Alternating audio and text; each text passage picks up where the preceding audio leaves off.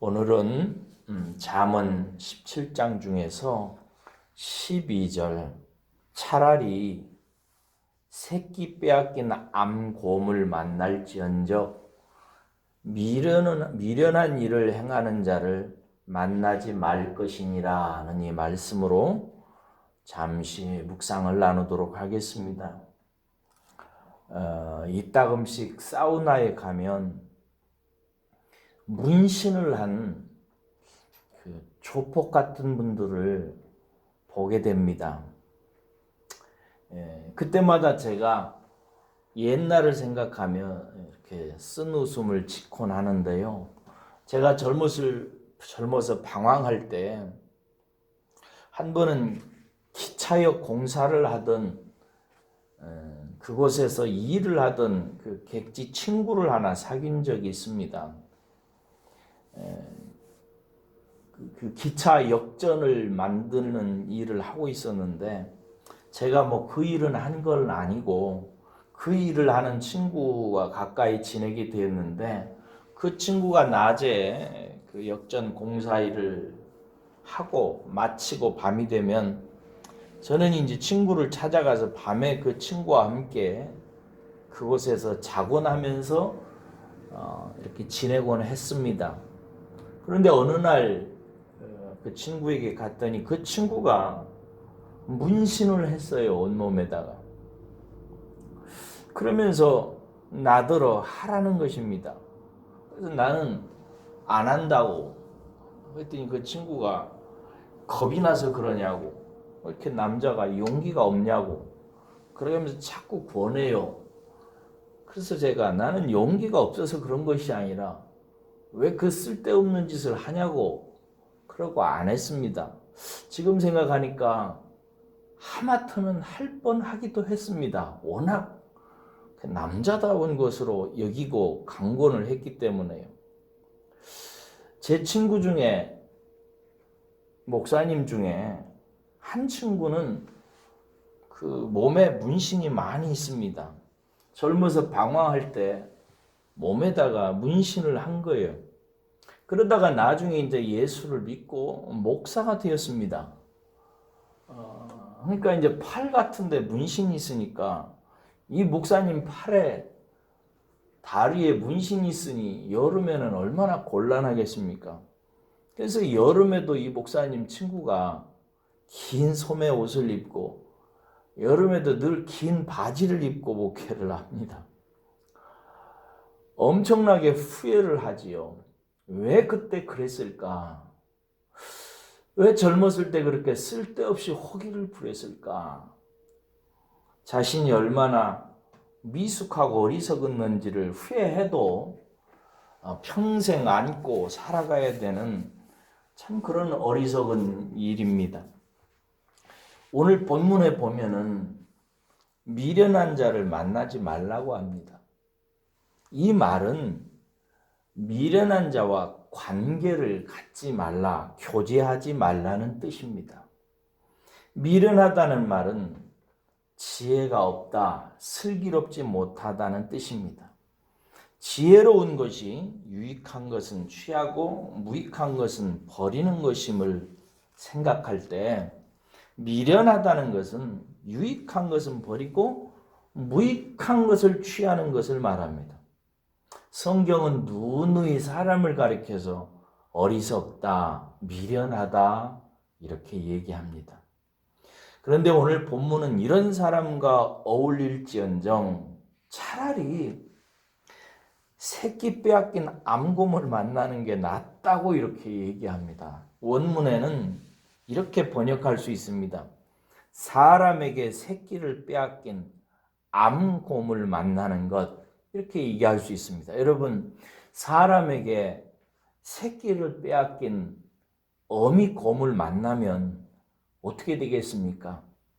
얼마나 위험한 일입니까? 이게 반대의 경우입니다만은 2003년도 베를린 영화제 최우수 애니메이션 작품상을 받은 애니메이션 영화가 있어요. 곰이 되고 싶어요 라는 영화인데 거대한 빙하들이 위용을 자랑하는 북극 그랜드 섬에 한 곰 가족이 있었는데 갑자기 늑대의 습격으로 새끼 곰을 잃어버리게 된 것입니다. 새끼 곰이 싸늘하게 죽었어요. 예, 곰을 잃은 이 어미곰이, 새끼 곰을 잃어버린 어미곰이 이 새끼 곰을 그리워서 견디지를 못하는 것입니다. 그래서 그 아빠 곰이 에스키모 부부의 집에 슬그머니 스며 들어가 가지고 갓 태어난 사람 아기를 몰래 데리고 옵니다. 새끼를 잃은 이 어미곰은 이 사람 아기를 보고 너무 기뻐하고 품어주고 사랑하면서 보살피며 자라요. 키워요. 근데 이 사람 아이는 그 엄마 곰이 자기 어머니인 줄 알고 그렇게 자라나죠. 근데 나중에 이제 이 아기의 아빠가 곰이 자기 사랑하는 아들을 데려간 것을 알고 필사적으로 곰의 뒤를 쫓기 시작합니다. 그래가지고 마침내 이 아기를 품에 안고 돌아오게 되지요. 그리고 이 싸움 중에서 혈투 끝에 아빠 곰이 숨을 거두어야 맙니다. 다시 사람의 품으로 돌아와서 살게 된 이 아이는 그 사람 부모 밑에 적응을 못해요. 그 엄마 곰만 생각하는 거예요. 그래서 이 제목이 곰이 되고 싶어요 라는 그런 제목이에요. 반대의 경우죠.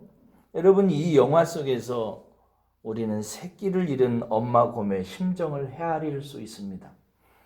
이 새끼를 잃을 때 사람에게 빼앗긴 엄마 곰이 다시 사람을 만나면 그 사람에게 어떻게 하겠습니까?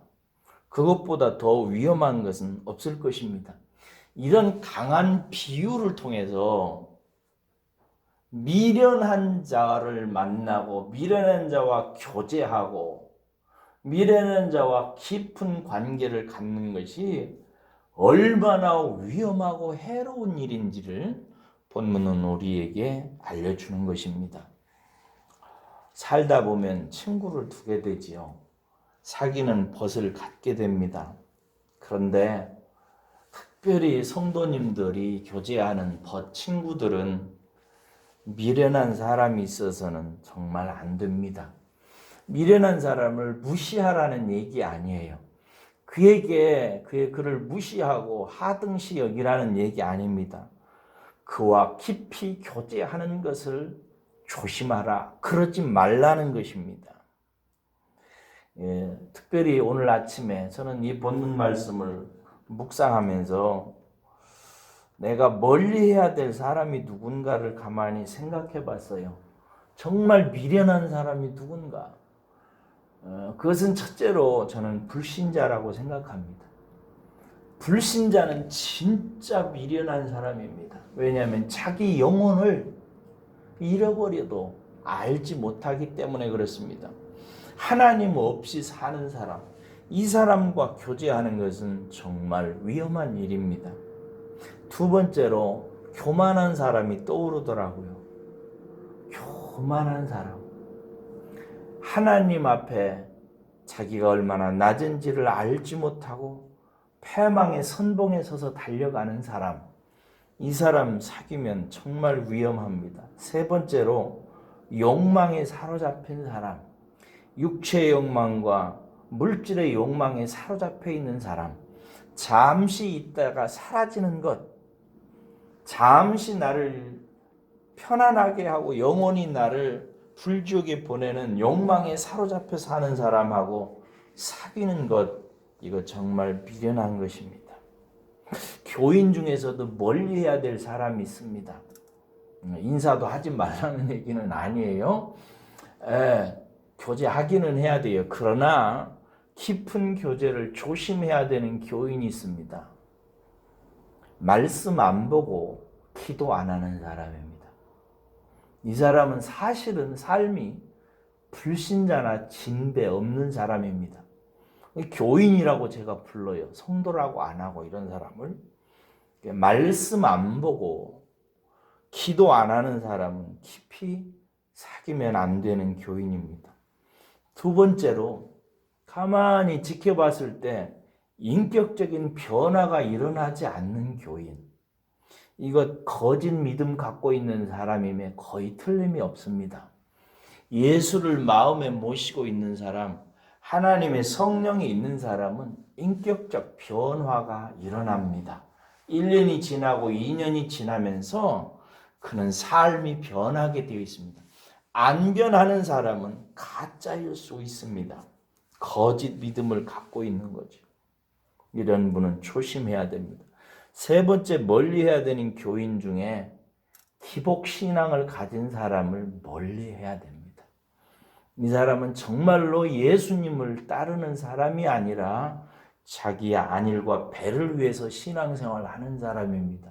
늘 물질적인 축복에 관심이 많고 자식 잘 되고 집안 잘 되고 성공하고 부하게 되는 것이 관심이 많아서 어쩌다 기도 제목을 내놓고 바라고 소원하고 우는 이유도 그런 것인 사람, 이 사람은 두 주인을 섬기는 교인에 불과합니다. 이런 교인하고는 깊이 사귀지 않는 것이 좋습니다. 말씀을 가까이 하는 분을 교제하십시오. 기도하기를 좋아하는 분과 사귀십시오. 신앙생활 하는데 늘 인격적인 변화가 일어나는 사람과 깊이 사귀십시오. 그리고 하나님의 은혜 앞에 늘 겸손한 사람, 그리고 마음과 표정과 입술로 늘 감사할 줄 아는 사람, 그리고 교회만 왔다 갔다 하는 것이 아니라 교회를 섬기고 다른 영혼을 섬기는 사람이 진짜입니다. 이런 분과 가까이 사귀고 함께 지내면 우리에게 많은 유익이 있습니다. 오늘 또 기도할 때 하나님 앞에 구하십시다. 하나님, 내 눈을 열어주시어서 미련한 자를 분별하고 그를 멀리하게 하시고, 하나님, 내 눈과 귀를 열어주시어서 지혜로운 자를 알아보고 가까이 하며 교제하게 하여 주옵소서. 그래서 나의 신앙도 날로 더 발전하고 하나님 영광 나타나는 인생 되게 하여 주옵소서.